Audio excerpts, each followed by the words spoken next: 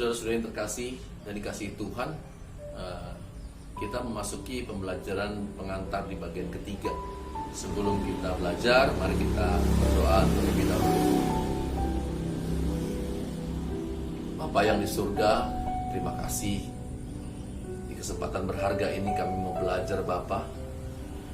Kami mau mengenal kebenaran-Mu, dan kami mau hidup dalam kebenaran-Mu. Pimpin kami Bapa dengan Roh Kudus-Mu, agar kami mengerti kebenaran ini. Kami buka hati pikiran kami. Kami serahkan ke dalam tangan-Mu, di dalam nama Tuhan Yesus. Amin. Bapak Ibu, saudara-saudari yang dikasihi Tuhan, di bagian ketiga ini kita belajar bagaimana kita hidup sebagai umat pilihan. Umat pilihan artinya adalah orang-orang yang diberi kesempatan untuk mempunyai hidup sekualitas atau berkualitas seperti Allah. Seperti yang dikatakan dalam Matius pasal yang kelima ayat 48, Tuhan katakan, haruslah kamu sempurna seperti Bapa di surga adalah sempurna. Dan kita diberi kesempatan untuk mencapai hal itu. Kesempatan itu diberikan kepada semua orang, hanya diberikan kepada orang percaya. Memang semua orang telah ditebus oleh Tuhan Yesus dengan kematian di kayu salib.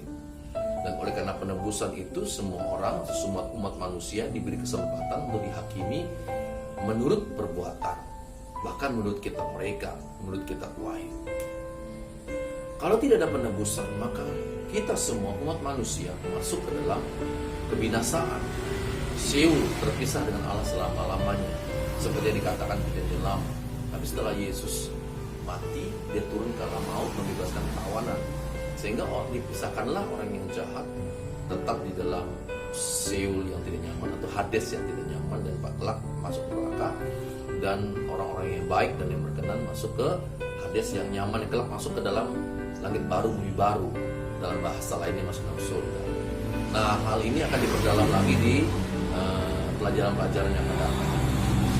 Saudaraku yang terkasih, kesempatan menjadi umat pilihan adalah kesempatan yang berharga, tidak diberikan kepada semua manusia, hanya diberikan kepada orang yang percaya kepada Tuhan Yesus.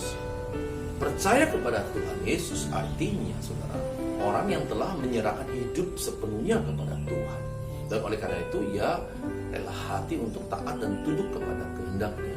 Seperti dikatakan dalam Matius pasal 7 ayat 21, 1 Petrus pasal 1 ayat 2, Ibrani pasal 12 ayat 9.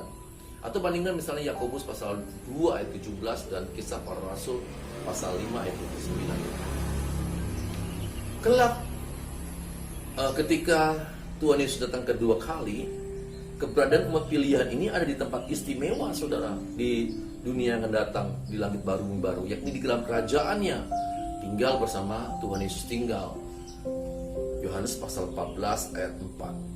Makan sehidangan seperjamuan dengan Dia, Wahyu pasal 19 ayat 9. Dan memerintah bersama Tuhan Yesus atas masyarakat surgawi, Wahyu pasal 20 ayat 4 dan 6, 2 Timotius pasal 2 ayat 12. Oleh karena itu, umat pilihan adalah umat yang diberi kesempatan menjadi pribadi yang berkualitas seperti Allah.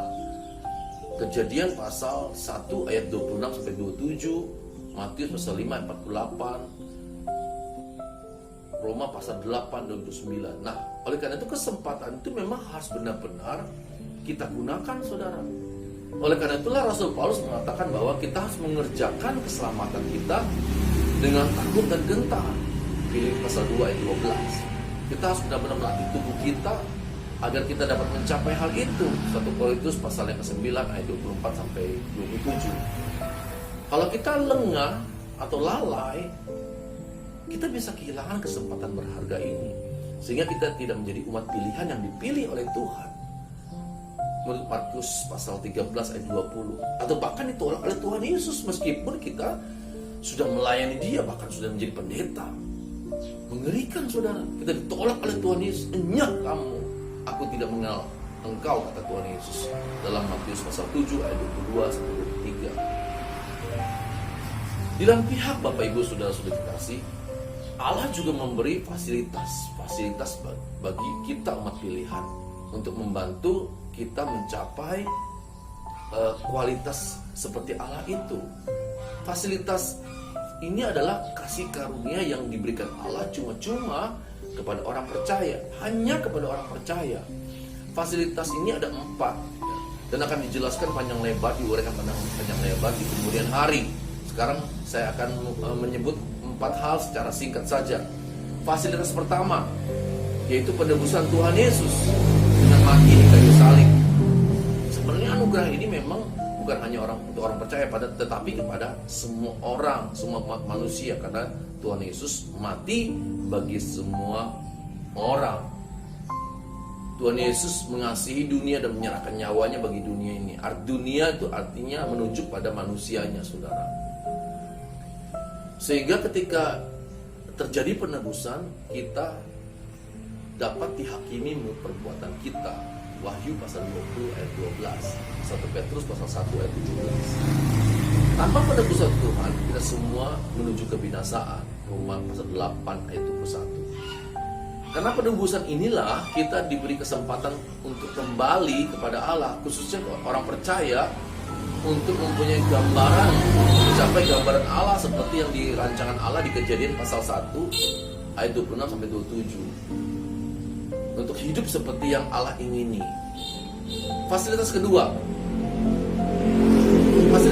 adalah Injil, saudara. Roma pasal 1 ayat 16 mengatakan bahwa Injil adalah kekuatan Allah yang menyelamatkan.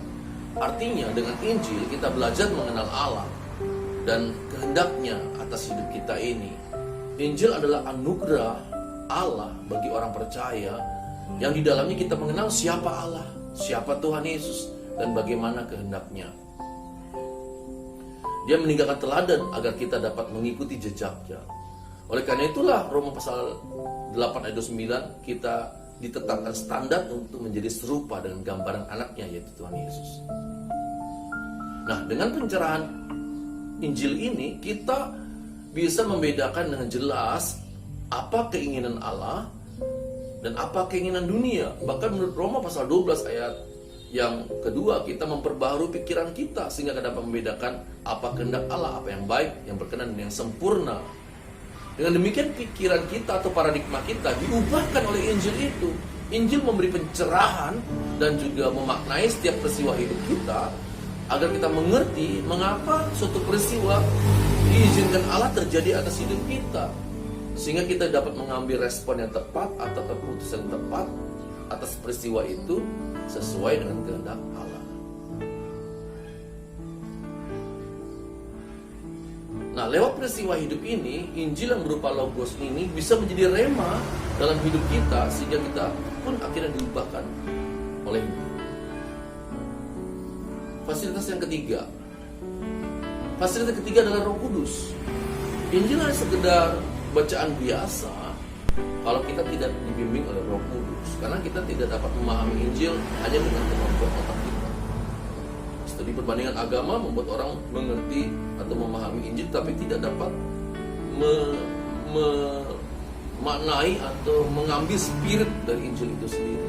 Nah, Roh Kudus ini mengingatkan kita, membimbing kita akan kebenaran yang kita dengar, yang kita baca, sehingga apapun yang peristiwa kita hadapi, kita mengerti mengapa peristiwa itu Tuhan izinkan terjadi. Mungkin kita sakit dan menderita, sangat menderita, tetapi kita mengerti dan tetap kuat di dalam Tuhan. Itulah artinya perkataan di dalam segala perkara Tuhan memberi kita kekuatan untuk menanggung. Roh Kudus ini adalah pribadi representasi dari Bapa yang hadir di bumi ini, di dunia ini, sehingga apa yang menjadi keinginan Bapa juga adalah keinginan Roh Kudus. Sehingga ketika dibimbing, dituntun olehnya, berarti kita hidup di dalam rancangan Allah, kehendak Allah. Yang keempat, yang terakhir, fasilitas yang keempat itu penggarapan Allah. Injil hanyalah sekedar menjadi logos, tetapi bisa menjadi rema yang mengubahkan hidup kita menurut Roma pasal 10 ayat 17. Sehingga lewat berbagai peristiwa kehidupan, iman kita bertumbuh. Lewat peristiwa kehidupan ini, sekalipun yang menyakitkan sekalipun, Allah berbicara, karena Allah turut bekerja di dalam segala sesuatu untuk mendatangkan kebaikan. Allah mengajar, mendidik kita lewat peristiwa itu agar kita menjadi anak kesayangan. Yakobus pun mengatakan begitu. Lewat peristiwa kita menjadi tekun, sempurna, utuh, dan tak kurang satu apapun. Nah, lewat pengalaman-pengalaman hidup kita, lewat peristiwa hidup kita, lewat sekolah kehidupan ini, kita bisa diubahkan untuk menjadi orang percaya, untuk menjadi pribadi seperti yang diingini Bapa. Pribadi yang berkenan kepadanya. Matius pasal 7 ayat 21. Pribadi yang berkodrat ilahi. 2 Petrus pasal yang pertama ayat 4. Menjadi anak kesayangan Bapa. Ibrani pasal 12 ayat 5 sampai 10. Pribadi yang serupa dengan Tuhan Yesus. Roma pasal 8 ayat 28 sampai 29. Nah, itulah saudara-saudaraku, 4 kasih karunia Allah, 4 fasilitas yang Allah berikan kepada orang percaya. Ini istimewa, saudara. Anugerah inilah yang memberi kita kemampuan sehingga kita bisa hidup seperti yang Bapak ingini. Jadi bukan hanya sekedar kekuatan kita, bukan, saudara. Ini adalah kasih karunia Allah yang memampukan kita untuk berjuang mengerjakan keselamatan ini untuk menjadi serupa dengan Tuhan Yesus. Nah, Bapak Ibu saudara-saudari dikasih Tuhan, kesempatan belajar kita ini hanya sekedar memindahkan pengetahuan saya ke pengetahuan Bapak Ibu. Jadi pemindahan pengetahuan belaka kalau kita tidak sungguh-sungguh mengasihi Tuhan. Kalau kita tidak sungguh-sungguh mau hidup kudus dan benar di hadapan Tuhan. Kalau kita tidak mau meninggalkan percintaan kita dengan dunia. Artinya percintaan dunia itu artinya kita dibahagiakan oleh fasilitas-fasilitas dunia ini, saudara. Oleh hal-hal yang bersifat materi yang di bumi ini. Itu artinya percintaan dunia. Kita dibahagiakan oleh hiburan, kenikmatan dunia ini. Nah, oleh karena itulah saya mengajak saudara-saudara berjuang bersama saya untuk melakukan kebenaran ini, mengasihi Tuhan dengan sungguh-sungguh, hidup kudus dan benar di mata Tuhan, dan tidak mencintai dunia dengan segala isinya secara nyata, baik secara individu, pribadi kita, baik di dalam keluarga kita, di dalam gereja, maupun juga di dalam masyarakat, kehidupan bermasyarakat. Demikian saudara, pembelajaran hari ini kita telah menyelesaikan pengantar kita sudah 3 bagian. Saudara yang belum mengikuti pengantar 1 bagian pertama dan kedua, silakan mengikuti video-video sebelumnya. Selamat berjuang saudara, Tuhan Yesus memberkati. Mari kita berdoa. Bapa, kami bersyukur bahwa kami boleh mengerti kebenaran firman-Mu. Pimpin kami dengan Roh Kudus-Mu dalam kehidupan nyata kami, Bapa, agar kami diingatkan kembali akan kebenaran ini, sehingga kami benar-benar sungguh-sungguh serius memperjuangkan keselamatan kami. Terima kasih Bapa, terpuji nama.